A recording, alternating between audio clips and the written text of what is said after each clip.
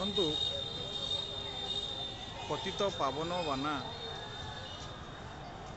ସମାନ ଟାଇମ୍ରେ ଦେଖନ୍ତୁ ଶ୍ରୀମନ୍ଦିରରେ ଉଡ଼ୁଛି।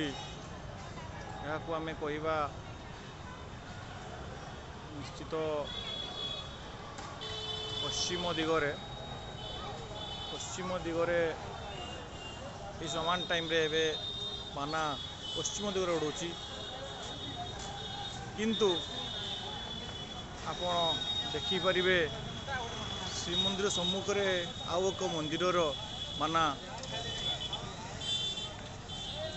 ପୂର୍ବ କିମ୍ବା ଉତ୍ତର ଦିଗ ଆଡ଼କୁ ଉଡ଼ୁଛି। ଏହା ହିଁ ଆଜି ପ୍ରଭୁଙ୍କର ଏହା ଅପୂର୍ବ ଲୀଳା। ଏହା ଆମେ ଶୁଣି ଆସିଛୁ, ଆଜି ଆମେ ଦେଖିଲୁ। ଦେଖନ୍ତୁ ସମାନ ଟାଇମ୍ରେ ଏକ ସମୟରେ ଶ୍ରୀମନ୍ଦିର ସମ୍ମୁଖରେ ଥିବା ଏକ ମନ୍ଦିରର ବାନା ଉଡ଼ୁଛି ପୂର୍ବ ଦିଗକୁ, ପୂର୍ବ ଉତ୍ତର ଦିଗକୁ। କିନ୍ତୁ ସମାନ ସମୟରେ ଆପଣ ଦେଖିପାରୁଥିବେ ଶ୍ରୀମନ୍ଦିରର ବାନା ଉଡ଼ୁଛି ପଶ୍ଚିମ ଦିଗକୁ।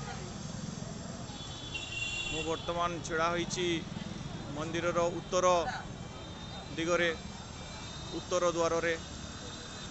ମୁଁ ଦେଖିପାରୁଥିବେ ଆପଣ ବାନା ଉଡ଼ୁଛି ପଶ୍ଚିମ ଦିଗକୁ।